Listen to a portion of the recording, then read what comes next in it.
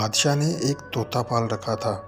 وہ طوطا بادشاہ کا بہت وفادار تھا اور بادشاہ سے انسانوں کی طرح باتیں کرتا تھا۔ ایک دن بادشاہ ایک سفر پر روانہ ہوا۔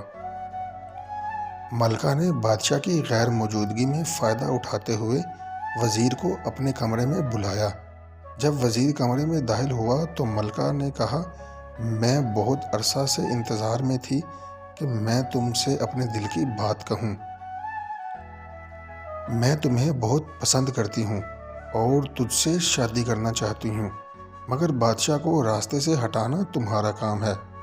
وزیر دل ہی دل میں بڑا خوش ہوا اور کہا کہ بادشاہ کو میں راستے سے ہٹا دوں گا۔ بادشاہ کا طوطا یہ سب باتیں سن رہا تھا۔ جب بادشاہ واپس آیا تو طوطے نے سب کچھ بادشاہ کو بتا دیا۔ بادشاہ کو شدید غصہ آیا اور سیدھا ملکہ کے پاس آیا اور کہا کہ سچ سچ بتاؤ، ورنہ ابھی تجھے اس زمین کے اندر زندہ دفن کر دوں گا۔ ملکہ نے کہا، آپ کا طوطا جھوٹ بول رہا ہے۔ بادشاہ نے کہا، یہ طوطا میرا محسن ہے، میں ہامون بادشاہ کی طرح احسان فراموش نہیں ہوں۔ ملکہ نے پوچھا، ہامون بادشاہ کون ہے؟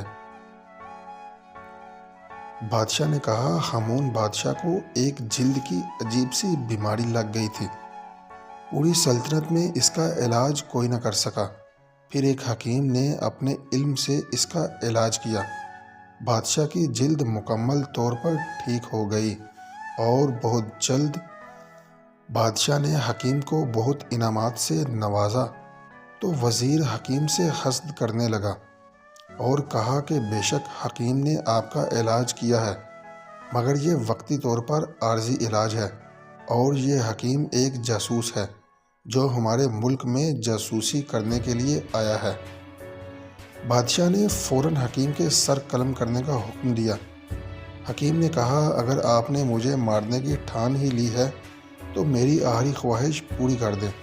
بادشاہ نے کہا، کون سی خواہش؟ حکیم نے کہا، مجھے مارنے کے بعد میری کھوپڑی کو اپنے سامنے رکھ لینا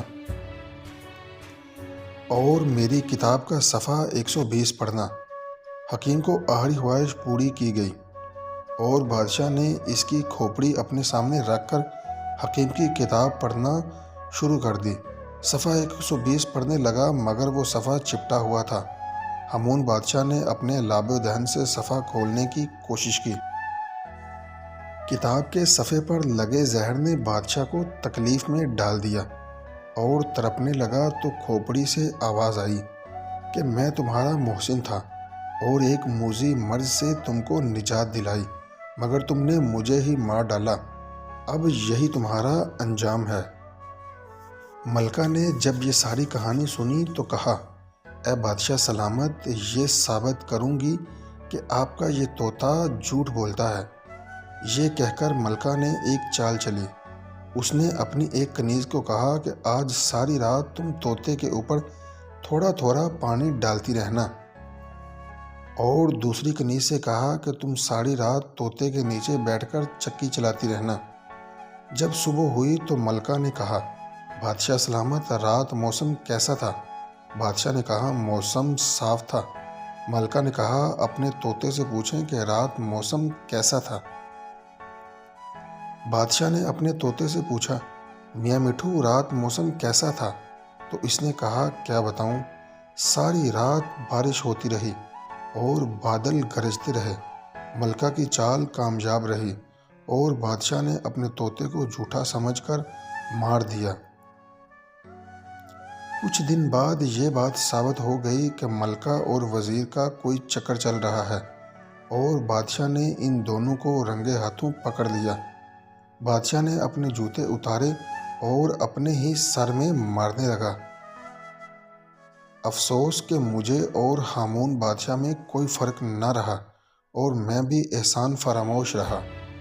اخلاقی سبق: اللہ تعالیٰ کے ہم پر بہت احسان ہیں جن کا شمار کرنا ناممکن ہے۔ کیا ہم بھی احسان فراموش تو نہیں؟